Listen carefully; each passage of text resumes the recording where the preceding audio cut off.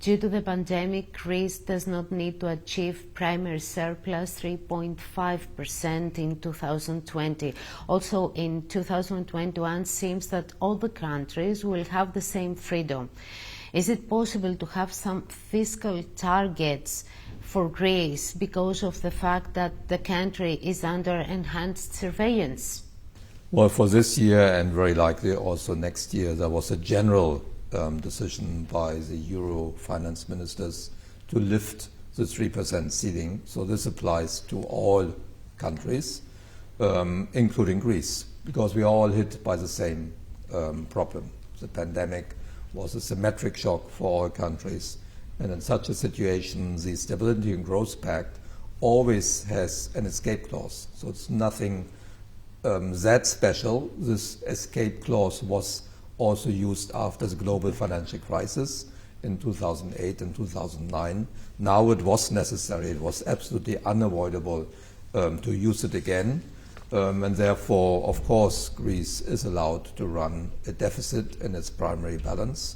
We estimated around 6% of GDP this year deficit instead of 3.5% surplus. So a very sizable fiscal reaction to the pandemic, which is economically just the right thing to do. Next year, the preliminary plan calls for a balance in the primary balance. So that would be an improvement compared to this year. And the subsequent years, it's too early to say what will happen because there's still uncertainty about the pandemic itself. Will there be a second wave? Will there be hopefully no national lockdowns, but regional lockdowns you find in some other European countries. But in the longer term, obviously, one again has to find the right balance between supporting the economy, but also being very careful preserving debt sustainability. The Greek finance minister, Christos Stoikouras, didn't rule out the possibility to have a fiscal flexibility also in 2022, given the fact that the economic performance in the euro area will not return to pre-crisis levels until the end of 2022. What does such a decision mean for Greece, given the fact that the enhanced surveillance ends in the middle of 2022? For 2021, next year, I think there will be an agreement to again have flexibility because there will be a big output gap, as economists say, so we will not be back to the pre-crisis level. 2022, we have not discussed yet with the Greek government. The European institutions have not done that. I think it's too early to do it. We have to wait first and see how economic developments will be, and that depends very much also on the health situation, whether the virus spreads again more than we hope, whether there's a second wave, how quickly the vaccine can be available. So I think it's too early to think about 2022, but it's correct that all governments and all our member states do now prepare the 2021 budget. So that is the focus now, and there will be flexibility.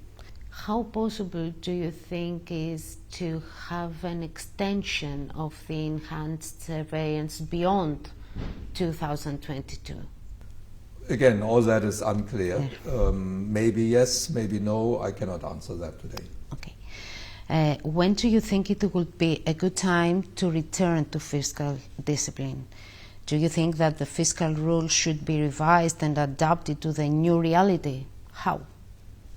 So, of course, all countries must return to fiscal sustainability as soon as possible, but when it's possible depends very much on economic developments, which depend in turn on what happens with the pandemic, with COVID-19.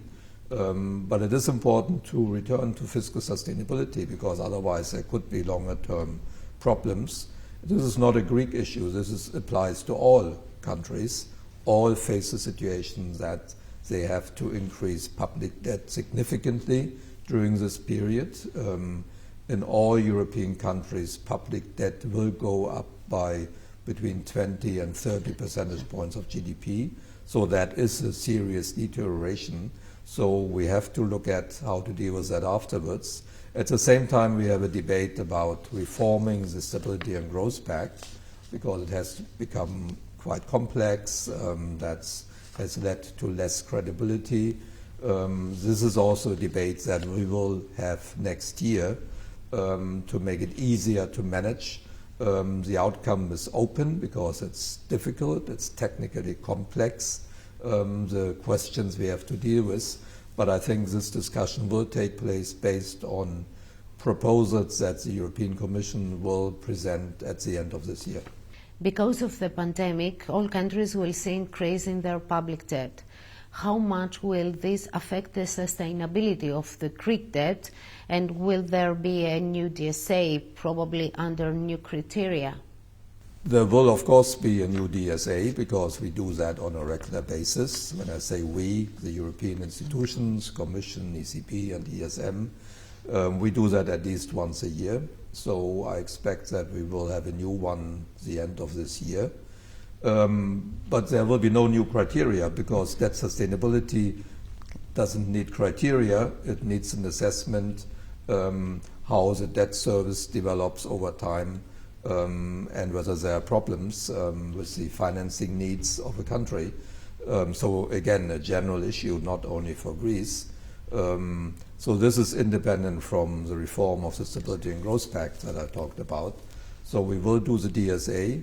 Higher debt levels, of course, make it more difficult to reach debt sustainability. However, not everything is negative. We do also have positive elements which will flow into the next DSA. Higher debt is negative, but lower interest rates is positive. And it will be very crucial then to see how growth will develop once we are out of this current crisis, where we have a big drop in GDP, but then a bounce back next year. How strong will the bounce back be? And importantly, I hope that the money that will be made available by the European institutions, the Commission, the EIB, possibly also the ESM, that this money will be used to support reforms and investment, which could then lead to a higher growth path. And that is, of course, another crucial element when we do a DSA. All that needs to be put together. We will have better data at the end of the year to do that, and then we will see how the situation is. Why do you think no country has applied for the pandemic crisis support? Which country do you think could be the first to apply to ESM? And have you discussed with any country? And do you think if one country takes the first step, others will follow? So the pandemic crisis support is the facility that the ESM has made available after decisions by finance ministers that the Commission will provide the SURE unemployment program, the European Investment Bank will provide a new facility. So from the ESM side, it's this so-called pandemic crisis support. No country has requested it, but that's not worrying because it is available till the end of 2022. It is based on the idea of a precautionary arrangement. So the fact that this facility is available has already had a positive impact on markets. And I'm talking about European countries, not only Greece. So it has a positive impact. And whether it's actually used or not is not really that important. But it would be available. No country has requested it. We know that several countries are thinking about it because for many it is financially attractive. We could provide to Greece, as an example, 3.7 billion euro at slightly negative interest rates.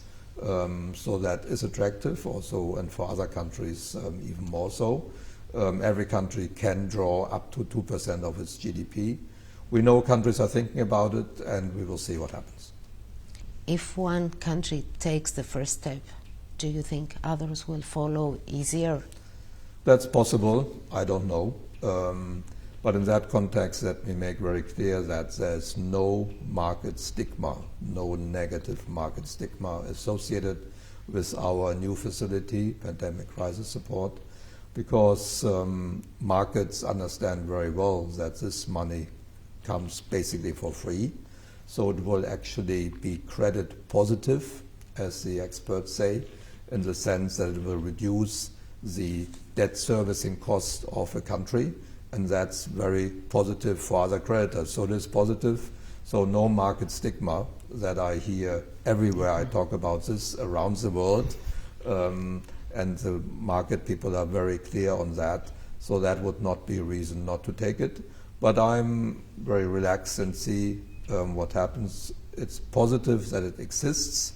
As I said, a positive impact on markets is already there, and then it's up to the countries to decide what to do. The other advantage is the money is available immediately, while the bigger amounts of money that will come out of the Commission's Next Generation EU program, they will only flow from the middle of next year. So there are different advantages here that countries can think about. Do you think that it will be additional payments in 2021? No, the idea is clearly that the money will start flowing from the middle of next year. So the biggest amounts will come in 2022 and 2023, but it should start flowing the second half of next year.